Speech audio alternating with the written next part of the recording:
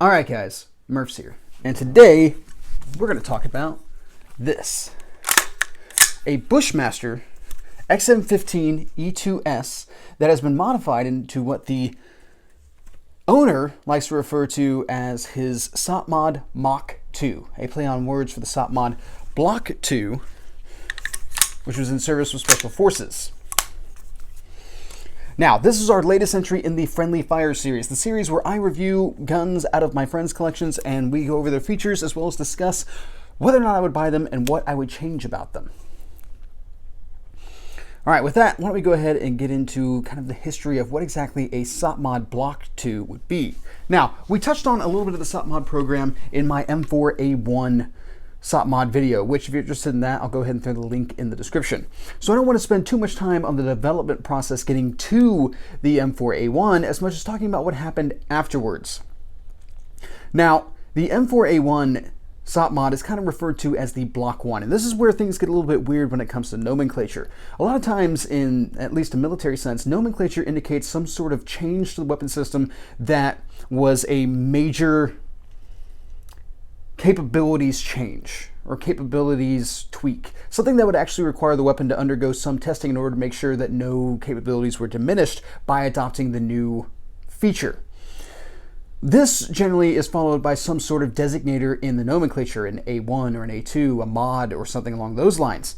Now, this is not always the case in all things. Sometimes manufacturers make very small changes, which are chosen to be omitted because they don't cause any major functional changes to the weapon system. Eventually, manufacturers can make so many changes to something that it winds up having to get its own designation. An outstanding example of this would be the Springfield model 1903 A1, which once Remington got a hold of it in 1942 and started making a bunch of tweaks in order to be able to meet production demands, they would wind up christening their series of production tweaks into the 1903 A3 because it had effectively become a different designation at that point. Now, this could be something as simple as changing out, and depending on what it is that we're talking about, a wiring harness or the materials something are made out of. That could wind up causing it to be designated something else entirely. However, a lot of that has to do with who has the technical data packages, and there are plenty of examples throughout history of designations not necessarily being consistent, be it because there was a new model that came out, an Alpha 1 variant, and then all previous variants wound up being brought onto the same line as that Alpha 1 variant. That is a way that you can kind of have a little bit of a stutter step in nomenclature, as well as sometimes preceding designs wind up getting some of the features without changing the designation. You see this actually quite a bit in machine guns. Machine guns have gone through a lot of different advancements. You can take the 240, for example, to where you have a variety of designations: Bravo, Hotel, Lima, all those types of things. Well, the Lima, the lightweight version, has had a lot of its features adapted to previous 240 Bravos. The receiver still says 240 Bravo, but it's carrying features and such that are indicative of newer designs, newer advancements. Now, that is what makes a lot of firearms collecting interesting for historians and stuff like that, to be able to look at a weapon system and go, this got arsenal reworked at this timeline because it has these parts which don't necessarily change its nomenclature, but definitely help you be able to trace the history. Now, when you consider that the SOPMOD program is kind of a special forces focus, some of the nomenclature is not as consistent as it might have been had it been approved for the entire Army. And you see this with the Block 2. Now, the Block 2 is visually different in that you wind up with full-length rails. Originally, you got the Daniel Defense RIS-1 rail, which had a full-length quad rail with a cutout for the A2 front sight post. Because for whatever reason, Special Forces got the full-length rail instead of the 8-inch rail of the Block 1 approved, but they did not get the deletion of the front sight post approved. Who knows why that is? For whatever reason, somebody somewhere said you can't get rid of that, but it's fine if you go ahead and add a rail. It doesn't constitute that big of a change if you just add a rail. Now, that is your visual difference for a Block 2 with a RIS-1 rail. However, eventually, Special Forces would adopt the Daniel Defense RIS-2 rail, which was a full-length quad rail that deleted the front sight post and went to a low-profile gas block. So it would seem that just a couple of years later, Special Forces managed to kind of convince somebody that, like, look, man, it's just one little front sight post. It's not that big a deal. Low profile gas blocks work. Just let us go ahead and install that on our rifles. And they got it through. It's kind of one of those really persistent things where somebody, you know, I don't know, mom or dad told you no, and then you just kept trying to find different ways to be able to justify for why the thing that you wanted to do should be a yes, and eventually you got the yes. And that's pretty much what happened with the original Block 2s. Now, when you consider that in about 2012 was when the Army started fielding the M4A1 Block 1 kind of full scale, and then in about 2014-ish, maybe a little bit prior, you start seeing the RIS-1 rail, and by 2016 you start to see the RIS-2 rails. You can kind of follow how fast this developmental process went, which is also pretty quick, in all honesty, especially to somehow avoid having a completely separate Army designation for the weapon system. Now, at this point, even the RIS-2 rails have kind of fallen to the wayside or have been surpassed by the LWRCI M-Block rails that Special Forces are currently using. However, you will still see RIS-1 rails out in the wild. They just will not necessarily be with a ODA. They will wind up being in the hands of enablers, be it the mechanics or intel guys, something along those lines, or perhaps on an ODB. But for the most part, the RIS-1 rails have pretty much been phased out. All right, guys, that pretty much covers history. Why don't we go ahead and get into features and start talking about how this rifle isn't necessarily clone correct.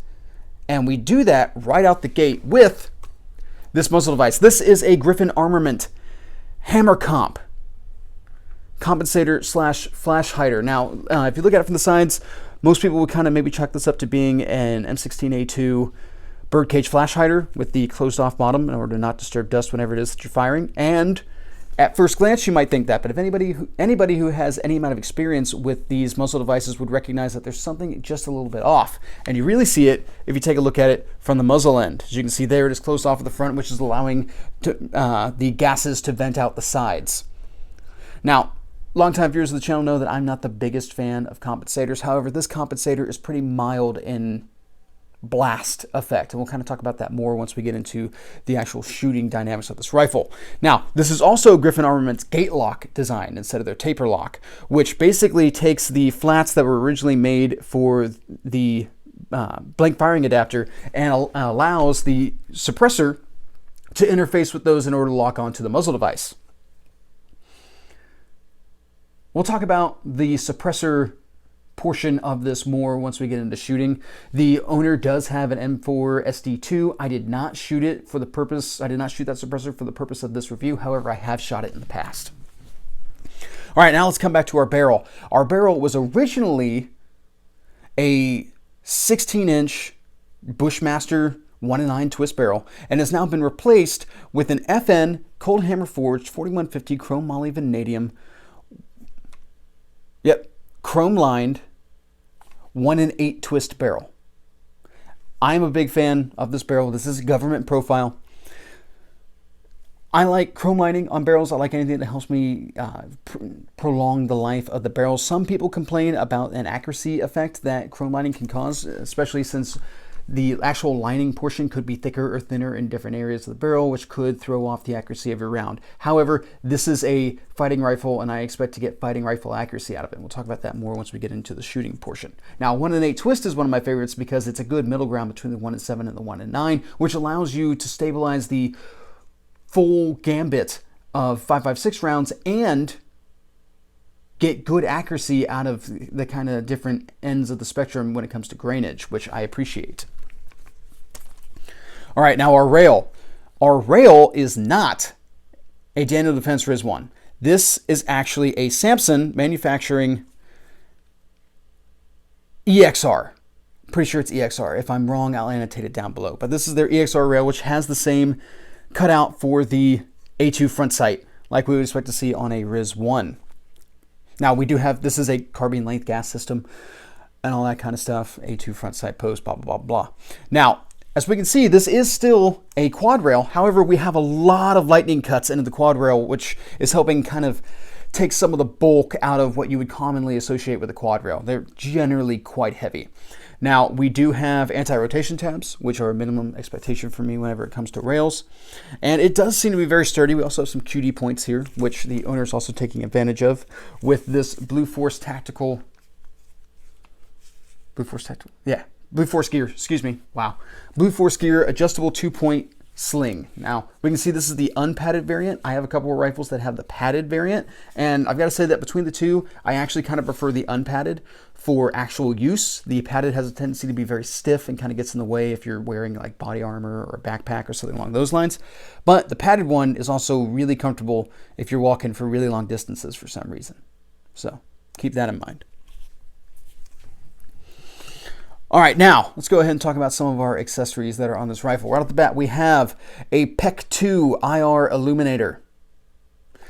Now, for being clone correct as far as that's concerned, very early editions of this rifle in Service with Special Forces would have had PEC-2s, but they would have been quickly superseded with PEC-15s, D-balls, all those types of things. Which is not to say that the PEC-2 is this absolutely terrible IR illuminator, as much as it is to say that it's rather bulky and it was good for its time, but technology has changed.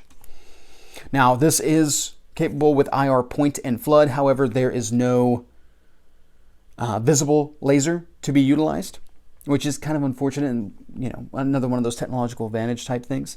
You can see that it takes up a lot of space on the rail, but it's a very lightweight illuminator, which I do appreciate. You know, if you're going to be big, could you at least be lightweight still, which it made of plastic and all that kind of stuff. Now, as far as the applicability of this laser setup, well, if you're fighting at night and you're fighting with NVGs, you already have a significant advantage over anybody else that you're fighting who doesn't have NVGs. However, pairing that with some sort of IR aiming device exponentially increases your combat effectiveness at that point. Now, for the vast majority of people, that doesn't necessarily apply, but if you are looking at getting into NVGs, it's important that you invest into some type of IR illuminator. And a lot of this comes down to how much of a technological advantage do you need over your opponent. Now, a lot of people want to get into, and this is kind of going down a little bit of a rabbit hole, but a lot of people want to get into the absolute top tier, you know, quad tube setups for NVGs and cite that being the reason for why they don't get into them, because they don't want to spend $25,000 on NVGs, which makes sense. However, if you're the only guy around with NVGs, just saying, in the land of the blind, the one-eyed man is king. So, even if you don't have the best NVGs in the market, you still have an advantage. Even if you don't have the best IR illuminator on the market, you still have an advantage. All right, so enough about that. Let's go ahead and talk about this light. This is a Surefire M600, which has both visible and IR spectrum capability, which for a night fighting rifle is very important for me. Now, for the time period that this rifle would have came out in, you probably would not have seen a lot of IR flood flashlights being mounted onto guns. You probably would have seen primarily visible light spectrum, and a lot of that has to do with the fact that IR flashlights were just not where they needed to be at the time. Not small enough to be mounted on a rifle and still be useful. You would see at this time a lot of like lens covers and stuff like that used in order to be able to have IR floods or designated IR flashlights instead of being switchable between visible and IR spectrum. And if you're looking at having only one setup on the rifle, that's not helpful because having two lights is just getting a tad excessive. So at one time, Special Forces would have worked off of their IR flood on their laser designator and then utilized white light off of their whatever light it is that they had set up at the time. Now we're at a point where there are tons of flashlights that have absolutely excellent IR outputs. Like my Surefire Vampire that I carry for work is every bit as good at night as it is during the day. And that's saying something. All right, now coming over to this side of the rifle, we can see that we have a pressure pad setup. Now, longtime viewers of the channel know that I am not a fan of pressure pads, purely because a negligent discharge of light on either the visible or IR spectrum can be just as dangerous as a negligent discharge of the weapon, given certain situations, not all situations, of course. So with that being the case, I avoid them. Now, a lot of that has to do with because of how it is that I undertake my job. I don't spend a lot of time utilizing lights or lasers off of my weapon system. So I can get away with that. However, if you're in a position where you are consistently and heavily using your lights and lasers, you might want to run a pressure pad at that point because you're interfacing with the system that much more. If you're having to crook your arm and your hand around in awkward positions in order to be able to function those lights and lasers, that's not going to be long-term sustainable for you. That's understandable. I can appreciate that. That is the nuance that is involved in this process. That's why I don't believe in one-size-fits-all answers. Now, one of the really important things about these types of pressure pads, though, especially having two different accessories mounted to them, is you have to remember what button does what and make sure you hit it properly every time. Now, something that helps out if you're going to stick with tail switches or tail caps and stuff like I do is having a vertical grip like this one. This is a Magpul stubby grip, which I'm a huge fan of stubby grips.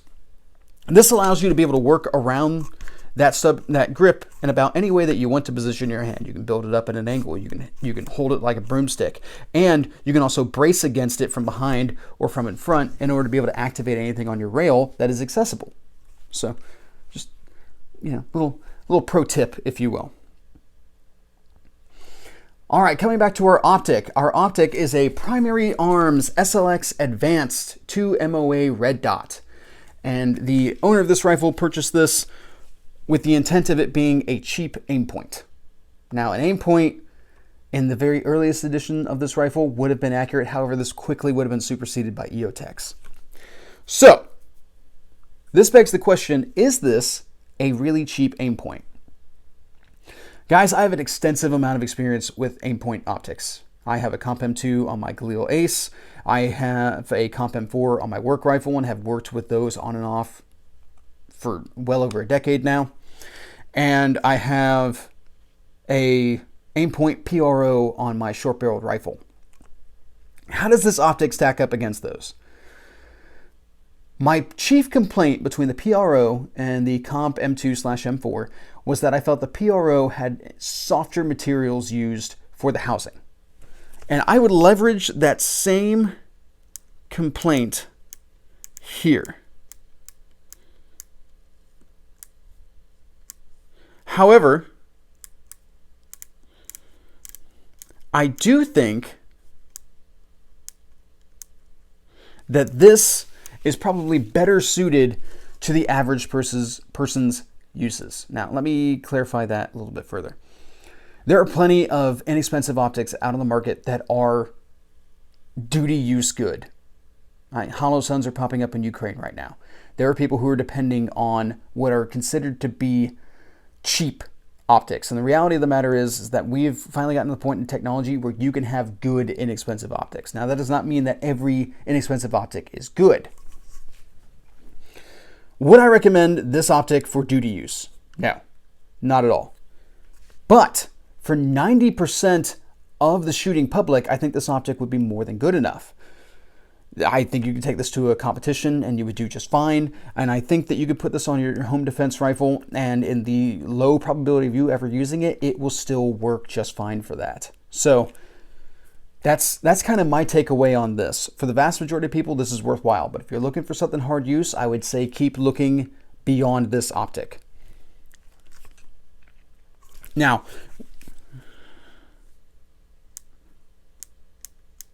we do have 10 brightness settings on this optic. I don't remember if I mentioned that before. And we also see that it is set into a 30mm scope mount. Now, keep in mind, guys, the owner of this rifle went well over budget trying to put it together. So some concessions had to be made when it came to kind of the final portions that were being put onto it. And optic was one of those things that had to be sacrificed. Now, back here we have a Daniel Defense rear sight, which is in the fixed position. We have two apertures, the wide open distance sight and then also our super closed sight. This is set up for absolute co-witness, and we'll talk about that more here once we get into the shooting dynamic. All right, guys, now we're going to be getting into the receivers, which if you guys have seen any of my AR-15 videos before, you know exactly what it is I'm going to say about each of these components. So go ahead and jump to the portion that you want to pay attention to. For the rest of you who have not, we have a dust cover incorporated in the rifle. I'm a big fan of the dust cover. Anything that I can do to seal the system whenever it's not actively being used is a necessary measure in order to guard against the possibility of the ingress of foreign material. So sometimes you see people leave these off for like cost saving or maybe like some weight saving or something like that, but this is a minimum requirement for me. Brass deflector. I'm a huge fan of the brass deflector. I do a lot of offside shooting, support side shooting, and all that kind of stuff, and the brass deflector helps keep me from eating brass. Big fan. Lefties should also be a big fan of the brass deflector. Now, some people omit these because it gives you a more streamlined appearance to the receiver. I can appreciate that. I do think it looks rather good, but this is a good addition. Like, this has a purpose, and I would prefer to not delete it. The forward assist. The forward assist is a hot button topic to an awful lot of people. And generally, it goes like this. Eugene Stoner didn't want the rifle to have a forward assist. The forward assist is going to cause you more trouble than it's actually going to solve. And when's the last time you ever used a forward assist? I can tell you guys right now, I frequently use forward assists. Anytime I'm conducting a press check or if I'm in a dry, dusty environment, sometimes you need to tap that forward assist to make sure the bolt gets all the way into battery. And that becomes the difference between a click and a bang when you pull the trigger, especially when you really need it. So that is what makes me a big fan of the forward assist. The important thing to remember about a forward assist, guys, if you've got a malfunction that doesn't immediately get fixed by tapping on the forward assist, don't keep tapping on the forward assist. Go into remedial action at that point. Drop that magazine. Figure out what exactly is causing the malfunction. Do not bang on this until you finally jam that round in the chamber. That's probably not going to end well. This is not a reset button. This is a quick option that if it doesn't work, you need to start figuring out what the actual issue is. You need to diagnose what's actually going on and rectify it. All right, our charging handle is a mil-spec standard charging handle. I don't get bent out of shape over charging handles. Now, on actual SOPMOD rifles, you would have probably seen a wide variety of charging handles, including like radians and stuff like that. I don't get bent out of shape over it because I don't interface that much with the charging handle. I do like extended latch charging handles whenever it comes to magnified optics because it allows me to better grip it underneath the optic. But in my opinion, this works just fine the vast majority of the time. But, you know, who knows? Maybe in the future that opinion will change. All right, now we have M4 feed ramps, which is important for like a reliability type thing. We do not have an M16 bolt carrier.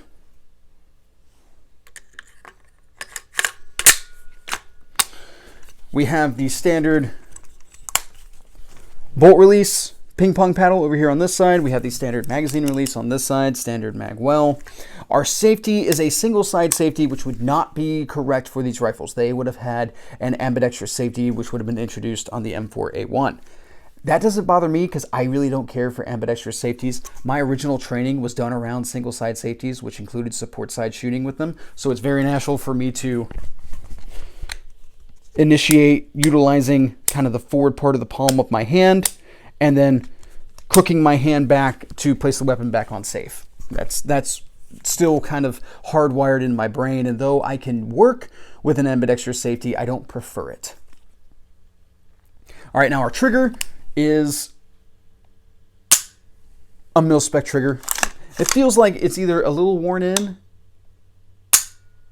or perhaps it's been slicked up just a little bit, but it's still a mil-spec. It has a very positive break, but it's a little stiff, and that kind of typical chunk of a reset, audible and tactile. Our pistol grip is a Daniel Defense pistol grip. Now, again, pistol grips, just like charging handles, are something that would have been kind of tailored to the individual user, perhaps bought at the team level. I don't get broken up over pistol grips because it's just not an interesting conversation to me. The pistol grip has very little to do with recoil management in a rifle as much as the rail and any type of grip accessory that you're using out here, as well as the buttstock. That's where a lot of your fire control comes from. The grip is just something that you hang on to while you're working around the rifle. Just have something for your right hand to do. But this does have a nice palm swell. The curvature to it is not uncomfortable or anything along those lines. I have no complaint linked to this grip. Now, something that's important to remember here, guys, is that on a lot of older DPMS rifles, they came with commercial buffer tubes. This has been replaced over to a mil-spec buffer tube so that we could mount this SOPMOD stock. Now the SOPMOD stock is a side saddle type arrangement, which is supposed to give you a more comfortable cheek weld with the rifle. I have never cared for the SOPMOD stock. I've always found that it pushes my face kind of off of the rifle. Now, LWRC did a version of the side saddle that has a more acute angle to the sides of the stock, which I find to be very comfortable. That's what is on my LWRC M6 IC-A5, previously reviewed on the channel. Link in the description. So I find this, when shouldering, I find this to be just a little bulky, a little bit to kind of move around and interface with. And I generally prefer a very slim stock. Something that has a very small surface area that's easy to work around body armor and all that kind of stuff. And that's just my preference that I've built over years. All right, guys, that's features. How does it shoot?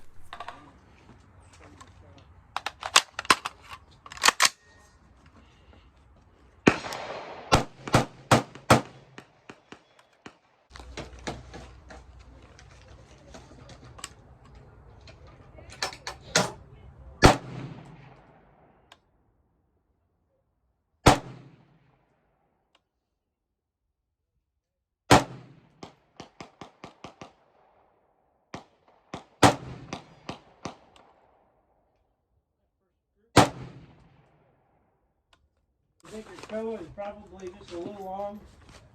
No, what I'm going to do is, I think this is the magazine, I'm going to tighten my magazine release a little bit when I get that. And,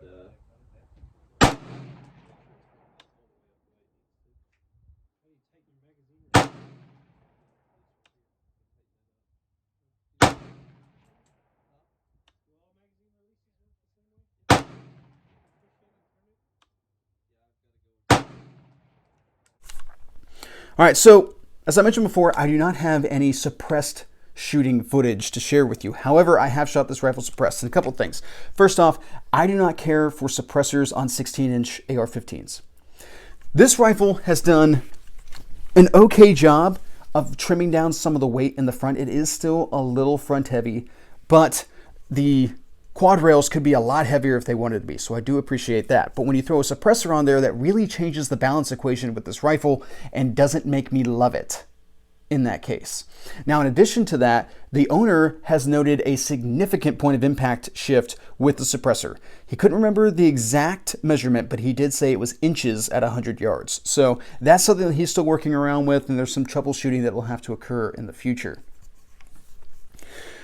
Now, for myself, the first thing that I noticed when I started shooting this and evaluating it for the review was that this compensator does great work without being annoying. I don't feel it in my sinuses. Nobody else who's around me is necessarily disturbed by it or anything along those lines, but it does hold the rifle on target. It does a great job for kind of smoothing out the recoil impulse and all that kind of stuff. I do like this compensator. I would consider getting one for myself.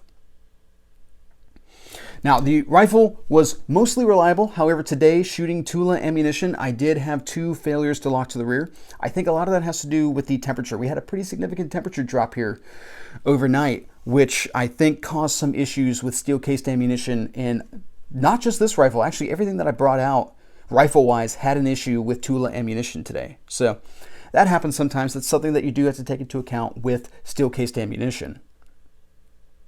Now, with that being the case, why don't we go ahead and talk about accuracy real quick. How did this barrel hold up when it came to accuracy? Well, I have one target, which I shot with 55 grain Tula ammunition at 100 yards, and I managed to pull off this 4 1/4 inch group. Is it impressive accuracy by any means? No, but is it minute of man with some of the crappiest ammunition that you could buy on the market? Absolutely. I think we could expect to see much better accuracy out of this rifle if I gave it more time and brass cased ammunition. And that's coming off of a 2 MOA red dot. All right, so we talked about the compensator. We talked about the accuracy with the barrel and all that kind of stuff. What about the optic and the reticle and everything? This is an issue that I've run into with my short-barreled rifle, the Splenda Gerbil, which, if you're interested in another one of my builds, go ahead and check out the link in the description to that. And that is that with this absolute co-witness, you wind up with a lot of stuff in your focal plane for your reticle. This is just a 2 MOA dot, but I have the rear sight, the front sight, and the top of the PEC 2 all in my viewing space for this reticle. Now, shooting both eyes open does help with this, but it's still a lot of stuff that you're focusing on at that point. What I found was a little bit easier was to keep my head a little bit higher on the rifle whenever I mounted it, so that the dot is floating above all of that instead of being lost and convoluted amongst all of it. So that's one of the things to kind of keep in mind with absolute co-witness. It can make things a little bit difficult to find, and you might have to change how you mount the rifle just a little bit.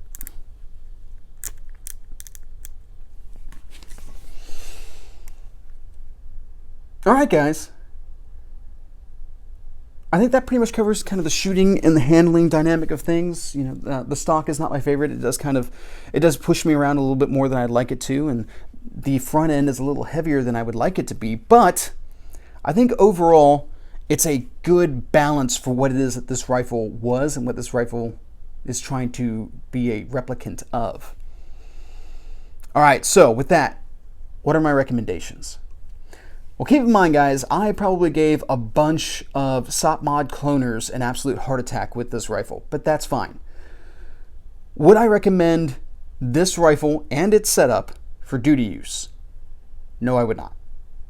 And it purely comes back to this optic. Change out the optic, changes my opinion on this for duty use. What about competition use? Well, most competitions don't really require the use of IR illuminators and stuff like that, so I guess if you're doing some sort of tactical competition, this might be something that comes into play. It kind of comes down to the competition, but that we can call a conditional yes. What about home defense?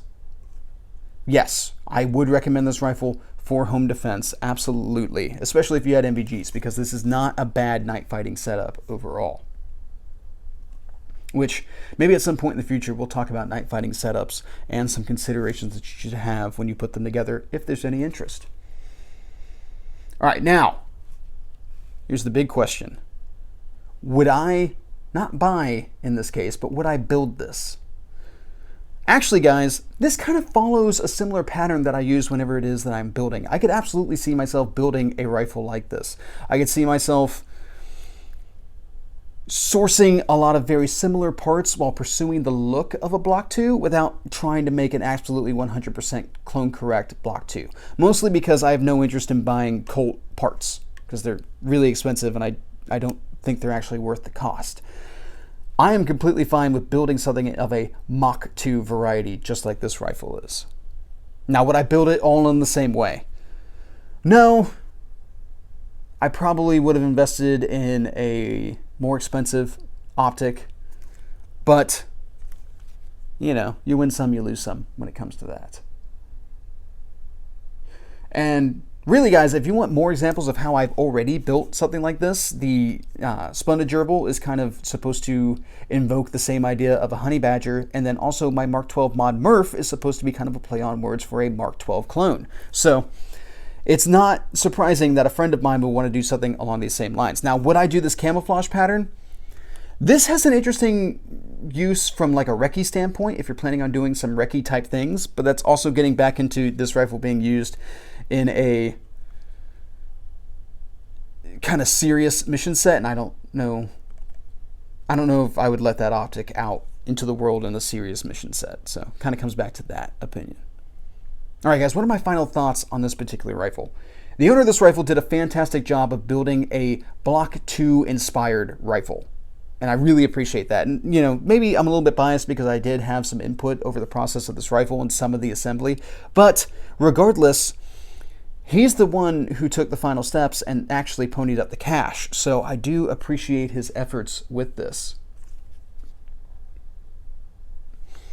All right, guys. I think that pretty much covers my thoughts on this particular rifle. I hope you guys found this interesting, and that's pretty much what I got. Have a good day. Wow. So 6.7 is the powder charge. It's at